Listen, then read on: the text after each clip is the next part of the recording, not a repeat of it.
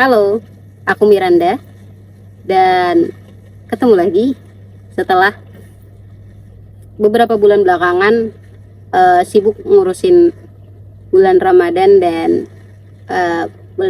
bulan Lebaran tentunya. So,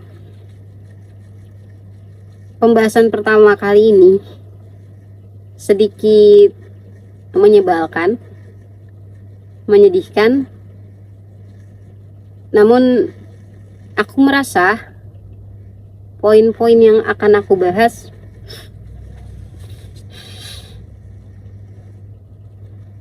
mungkin akan sedikit menemani beberapa kehilangan dari teman-teman semua. Kenapa tiba-tiba bahas tentang kehilangan ini, teman-teman? Sebenarnya aku tuh lagi ngomong sendirian gitu tentang kayak misalnya aku ada kucingku gitu ya, namanya si Cemong.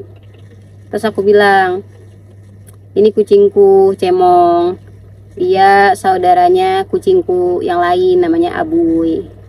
Tadinya dia di tempat lain, terus akhirnya dia ke rumahku karena Abuy udah hilang, jadi mamaku setuju untuk Cemong di sini. Cemong punya anak 2 baru, namanya Tami dan Putih. Aku juga punya banyak kucing gitu. Ada cilok, ada monyet namanya. Terus kucing ya. Terus ada otoy, ada itik. Pokoknya macam-macam lah nama kucingku. Terus aku benar-benar mencoba untuk mengingat kucing kesayanganku. Warnanya hitam dan dia tuh benar-benar kucing kesayanganku. Tapi semakin aku mencoba mengingat anak ini, sampai sekarang aku masih gak inget namanya siapa. And then aku menarik kesimpulan menyebalkan dari suatu kehilangan. Si hitam ini itu kehilangan dia tuh benar-benar sedih banget gitu ya.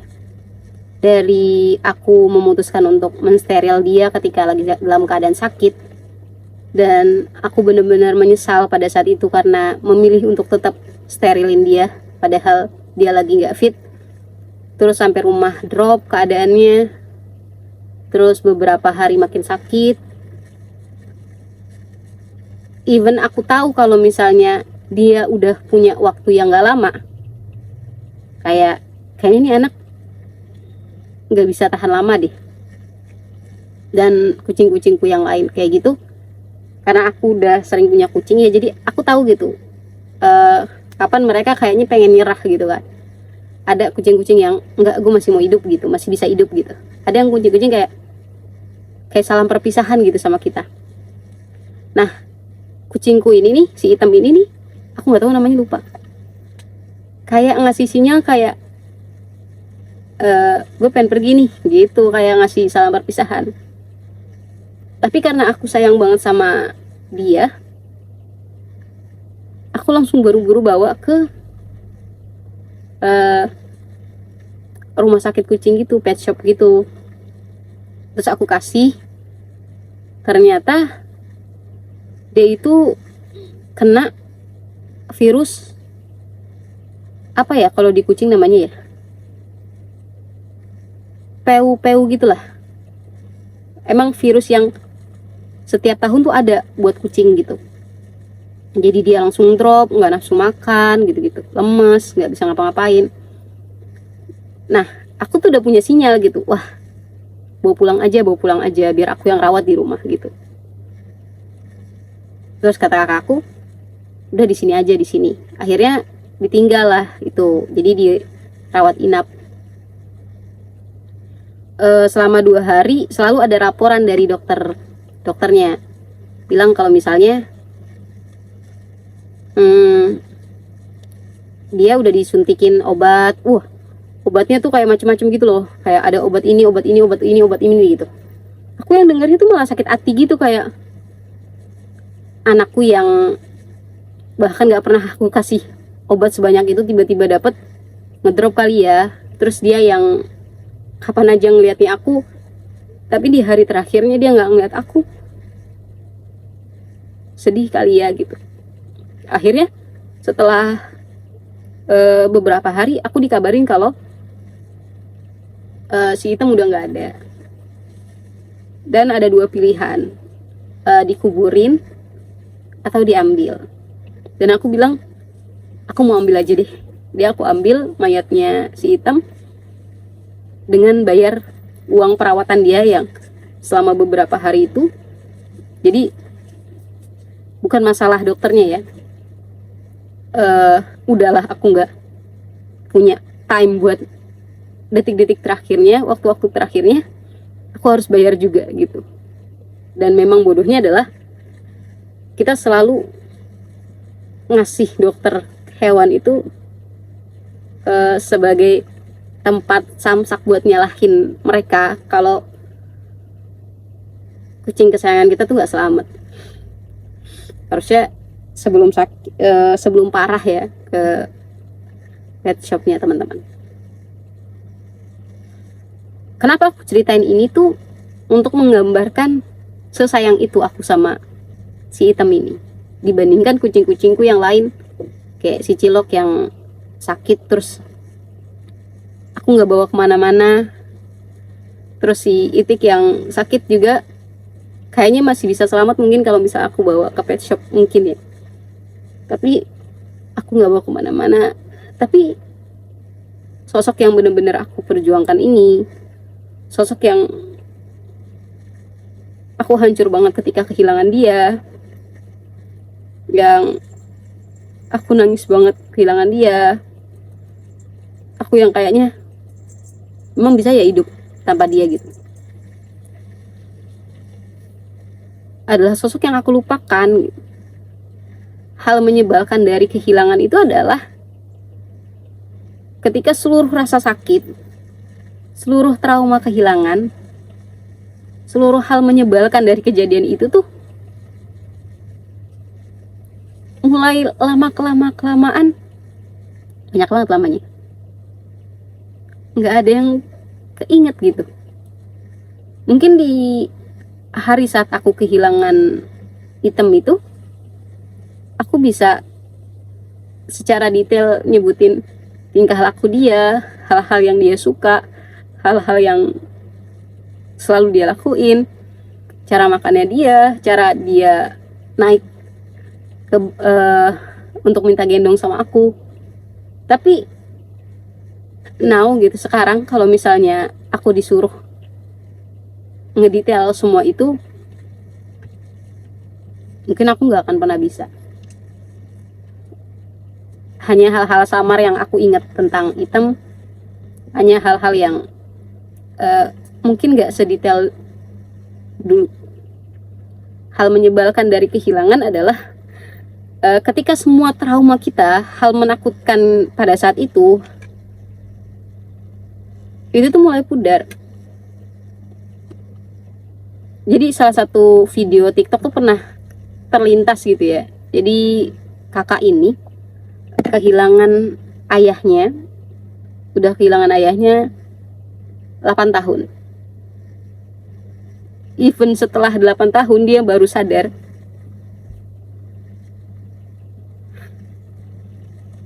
bahwa dia mulai melupakan suara ayahnya.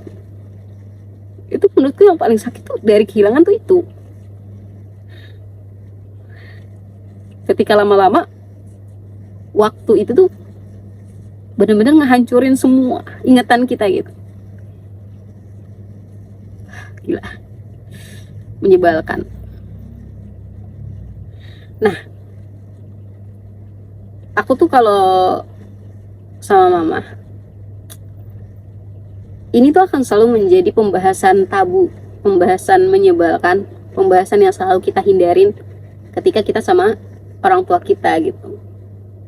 Apalagi kalau misalnya lagi berantem sama bapak nih misalnya, terus kita ngelawan sedikit, ada kalimat-kalimat mutiara yang akan mereka keluarkan, kayak ntar lu baru rasain lu kalau gue udah gak ada. Atau kalau misalnya ngobrol sama mama gitu, ngomong-ngomong terus tiba-tiba ntar Mira baru rasain kalau misalnya nanti Mira bakal kangen dah sama omelan mama kalau mama nggak ada. Hal-hal menyebalkan kayak gitu tuh yang selalu kita hindarin untuk kita bahas. Biasanya aku bakal ketawa gitu, terus bakal bilang kayak, kalau Mira duluan yang nggak ada, mama yang kangen Mira ya gitu. Atau pembahasan kayak, kalau mama nggak ada, bentaran ini Mira yang nyusul gitu. Pembahasan yang mungkin gak banyak orang mau ngomongin ini gitu.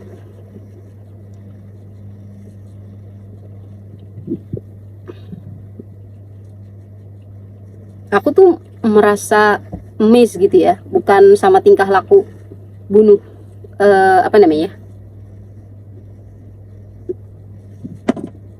tingkah laku kayak self harm, self injury, nyakitin diri sendiri, terus mereka dengan sengaja untuk menghilangkan nyawa mereka gitu. Amazed-nya karena bagaimana mungkin mereka mampu mengumpulkan seluruh keberanian itu atau mengumpulkan seluruh ketakutan itu untuk membentuk satu keputusan bahwa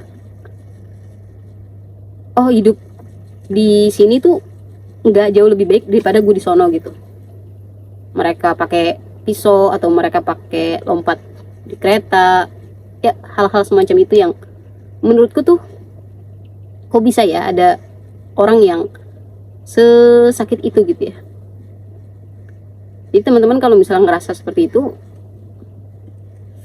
karena kebanyakan dari kita selalu bilang, ah lu gak beriman kali gitu ya. Aku sebagai orang yang memang aware terhadap agama ya, dan bisa dibilang sebagai orang yang memang belajar agama dari madrasah, belajarnya agama. SMP masih tertarik sama agama, sampai kuliah juga ngomonginnya tentang agama. Bahkan ketika lagi ngobrol sama orang gitu, aku benar-benar menghindari ayat-ayat Allah gitu. Gak ada pembahasan ketika lagi curhat nih sama temen, aku ngomongin ayat gitu, atau aku lagi ngomongin tentang agamaku. Itu benar-benar sesuatu hal yang aku hindarin, karena aku gak mau mereka membenci agama karena aku gitu. Sedangkan ini hal yang berbeda ketika mereka ngomong sama aku. Kebanyakan dari mereka mencoba adjustnya ke aku gitu. Jadi bukan, aku tuh nggak merasa aku perlu ngomongin agama di saat itu gitu, tapi mereka selalu ngebawa-bawa agama di depan aku. Jadi kayak, tenang, nggak masalah kok nggak ngomongin agama. That's fine. Ketika lu ngerasa hal kayak gitu tuh, don't worry, semuanya valid, semuanya benar gitu. Kenapa aku bilang aku amazed terhadap orang-orang yang mengumpulkan keberanian ini gitu ya? Ayo coba cari lagi satu alasan kenapa hidup di dunia lebih lama itu worth it. Cari hal sesepele, masih ada mie ayam di dunia ini gitu. Atau ada salah satu buku, aku pengen mati tapi aku mau makan topoki. Itu tuh keren banget gitu. Kayak cari sekecil apapun. Karena apa? Waktu aku umur 21 tahun ya, baru banget 21 tahun. Aku kan sekarang 22. Nah, di umur 21 aku ngepost salah satu di Instagram ya, itu judulnya merayakan eksistensi diri, sebagai bentuk rasa syukur aku kalau aku tuh ada gitu. Nah, salah satu pembahasanku di sana adalah pada saat itu aku memutuskan untuk aku mau gabung di salah satu programnya Kita Bisa. Nah, programnya Kita Bisa itu adalah kita spending uang nih tiap bulan. Misalnya setiap aku spending uang 22.000, when the time aku mati, ahli warisku yang aku daftarin pada saat itu akan dapat uang gitu sebesar 300 juta atau berapa ratus juta, aku lupa ya. And then mulai deh coba ngisi formulirnya. Pembahasan pertama adalah identifikasi diri gitu. Oh, aku Miranda, umurku 21 tahun. Aku tidak merokok. Aku tidak memiliki penyakit kronis dan semacamnya. Dalam beberapa bulan terakhir aku nggak pernah ke rumah sakit. Jadi pokoknya identifikasiku adalah aku adalah manusia sehat walafiat. The reason satu-satunya alasan kenapa aku mau ikut itu sebagai bentuk daripada kayaknya aku bakal lebih sadar gitu dengan hari dimana aku akan gak ada gitu ya. And then ada apa namanya, kalau di next ada formulir atau pengisian yang kedua. Nah, isinya adalah identifikasi ahli waris. Nah, nggak mungkin dong aku minta mamaku sebagai ahli waris, karena that's so hurt mungkin ya, itu akan sangat menyakitkan untuknya kali ya. Jadi aku ngobrol panjang lah itu sama adikku, cekcokan. Terus dia akhirnya adikku setuju kalau misalnya oke, Kamira daftar, aku daftar, kata adikku. Aku jadi ahli warisnya Kamira, Kamira jadi ahli warisnya aku. Terus diisi deh tuh KTP dan semacamnya. Baru banget mau mencet daftar, hatiku tuh gemetaran. Aku tuh langsung kayak bengong gitu, kayak kok kamu berani banget sih. Ternyata dari semua kehilangan, salah satu yang aku takutkan juga adalah hilang.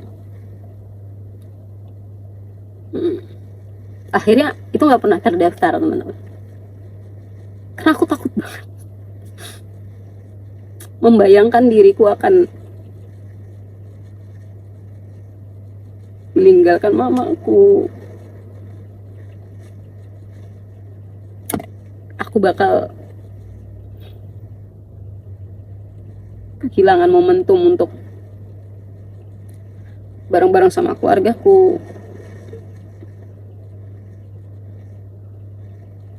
Itu tuh traumatis banget, menyebalkan banget. Jadi sampai saat ini aku nggak pernah. Jadi tuh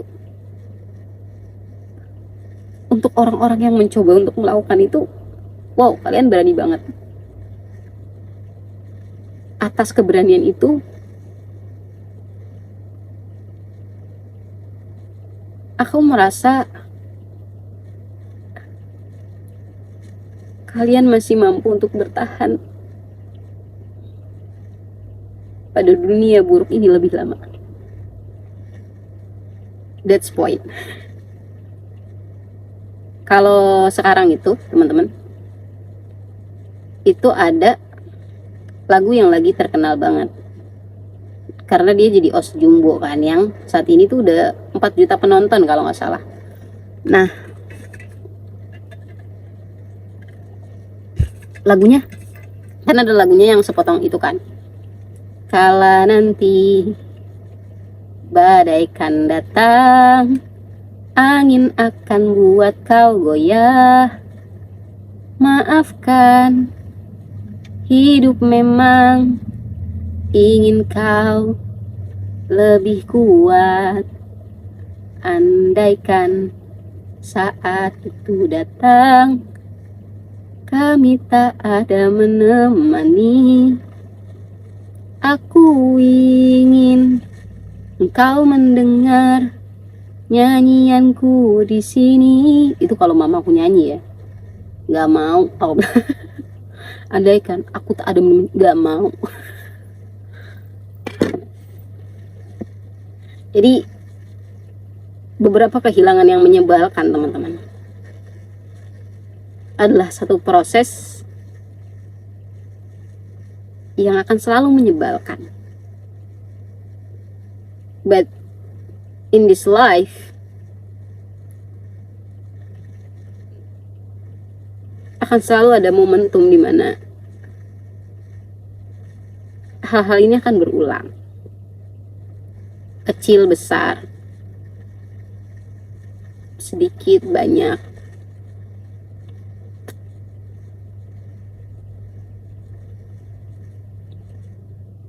Even kita udah menyiapkan diri sekalipun,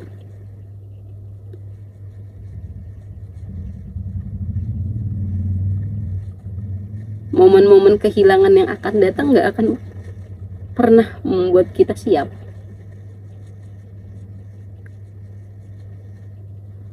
So do your best satu-satunya hal yang kita bisa ya melakukan semua ini dengan sebaik-baiknya. Gak ada satupun yang bisa menenangkan diri kita dari kehilangan. Nasihat-nasihat suruh sabar, pelukan-pelukan yang menegarkan, setulus-tulusnya bela sungkawa,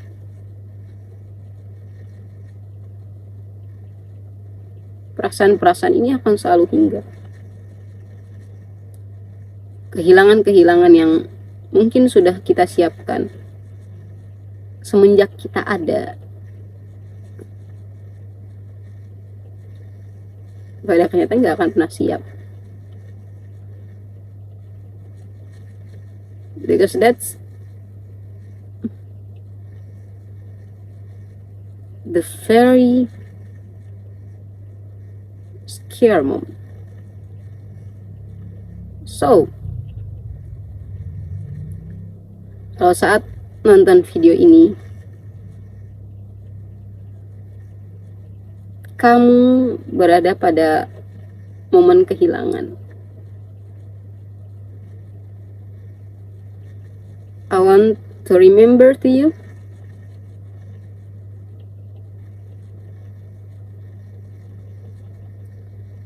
gak ada satupun hal yang bisa kamu lakukan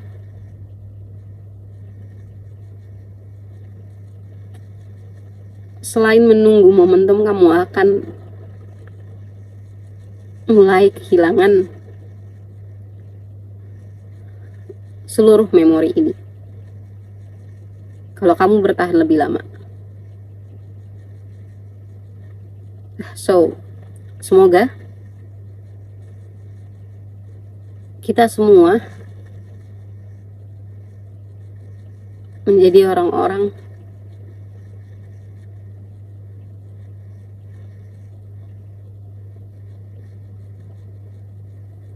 yang dimudahkan dan dilancarkan dalam kehidupan kita. Yap. Gak tahu, tiba-tiba bingung mau ngomong apa. Tetap semangat ya. Kasih sayang Allah luas, teman-teman. Dan aku harap kamu selalu sadar, baik di titik terendah maupun di titik tertinggi kamu, pada kenyataannya Allah nggak pernah hilang dari sana. Semua perasaan kamu valid, dan kamu akan tetap menjadi hamba Allah yang Allah tunggu. Kalau udah tiba waktunya, balik lagi ya.